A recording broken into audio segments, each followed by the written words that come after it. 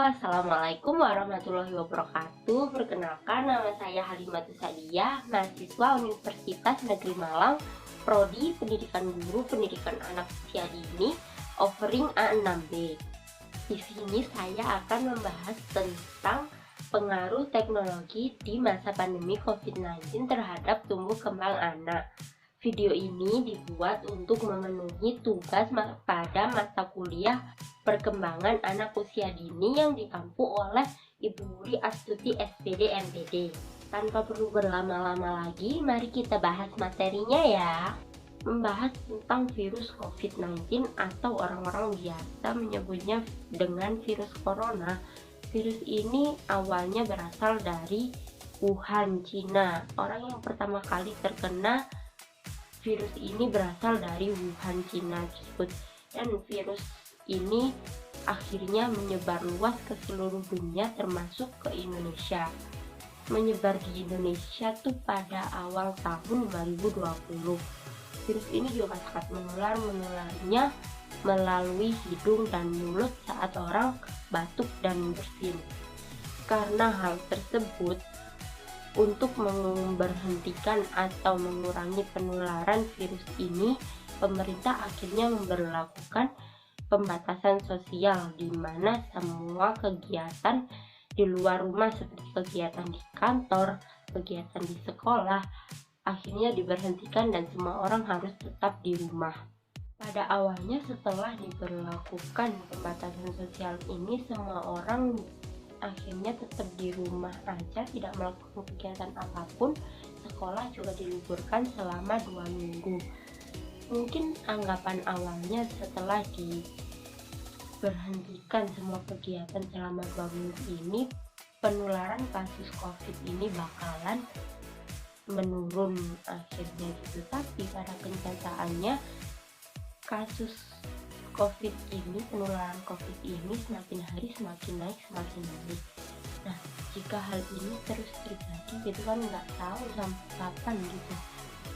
Saat di rumah aja tidak melakukan kegiatan apapun, akhirnya dicarilah solusi agar sekolah dan pekerjaan nih tetap berjalan walaupun di rumah aja gitu. Akhirnya ditemukanlah solusi, yaitu menggunakan teknologi berupa handphone, laptop, dan lain sebagainya gitu.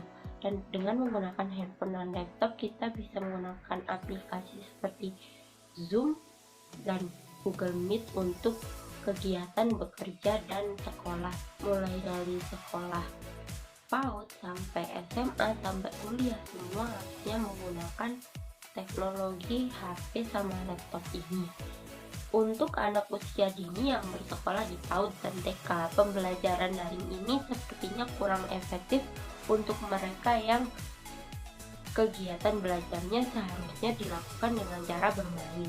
Jika dilakukan dengan daring, mereka akan lebih cepat bosan karena mereka hanya mendengarkan guru menjelaskan dan setelah itu diberi tugas. Dampak penggunaan HP atau gadget kepada anak usia dini bisa berdampak positif maupun negatif kepada pertumbuhan dan perkembangan mereka. Yang pertama saya akan bahas di sini adalah dampak positif gadget pada tumbuh kembang anak usia dini. Yang pertama adalah pada perkembangan kognitif anak, yaitu anak dapat mencari sumber belajar dari Google, dari YouTube, dan aplikasi lain yang ada di HP. Seperti di HP bisa diisi permainan seperti belajar membaca, belajar mengenal huruf, belajar berhitung, dan lain-lainnya. Selanjutnya yaitu dampak positif gadget kepada perkembangan bahasa anak. Anak bisa menirukan bahasa dari daerah lain atau negara lain melalui video yang mereka lihat di HP. Ya, walaupun mungkin mereka belum mengerti bahasa yang ada di video tersebut, tapi mereka dapat bertanya kepada orang tua mereka apa arti dari kata yang ada di video tersebut, dan orang tua bisa memberi tahu anaknya, dan anak tersebut bisa belajar berbagai bahasa yang mereka lihat di HP gitu. Selanjutnya, dampak positif gadget kepada perkembangan seni anak, yaitu anak bisa belajar kesenian dari daerah lain melalui video yang dia lihat di HP. Selain itu, mengembangkan seni anak melalui HP bisa dengan aplikasi seperti aplikasi belajar mewarnai. Mereka bisa mengembangkan kreativitas mereka melalui permainan mewarnai yang ada di HP. Selanjutnya adalah dampak negatif penggunaan HP kepada anak usia dini terhadap tumbuh kembang mereka. Yang pertama adalah terhadap perkembangan fisik mereka. Penggunaan HP yang berlebih akan mengakibatkan pengaruh buruk pada tubuh karena terkena radiasi yang berlebihan dari HP tersebut.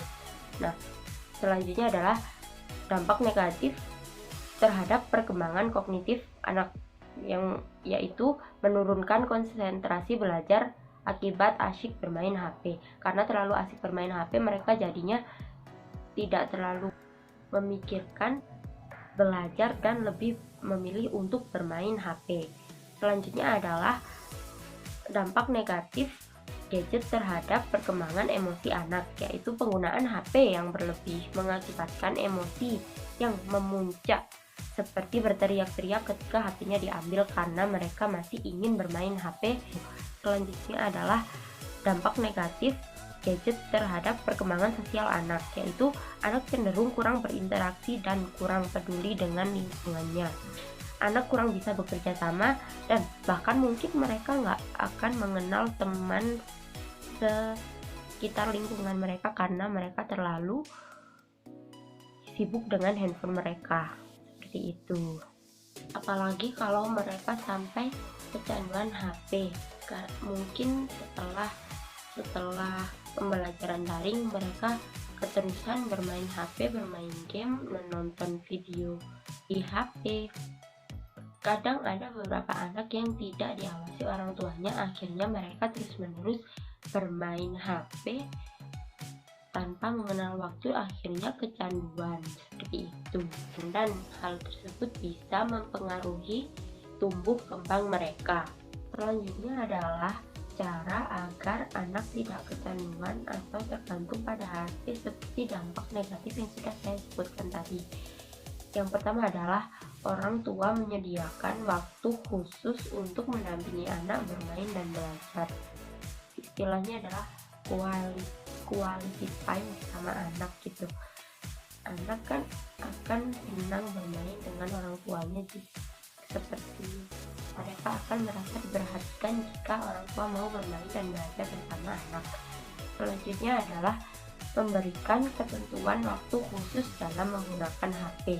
Misal boleh menggunakan HP saat libur, namun tetap diberi batas waktu agar anak tidak bermain HP seharian saat berlibur, saat hari libur, seperti itu.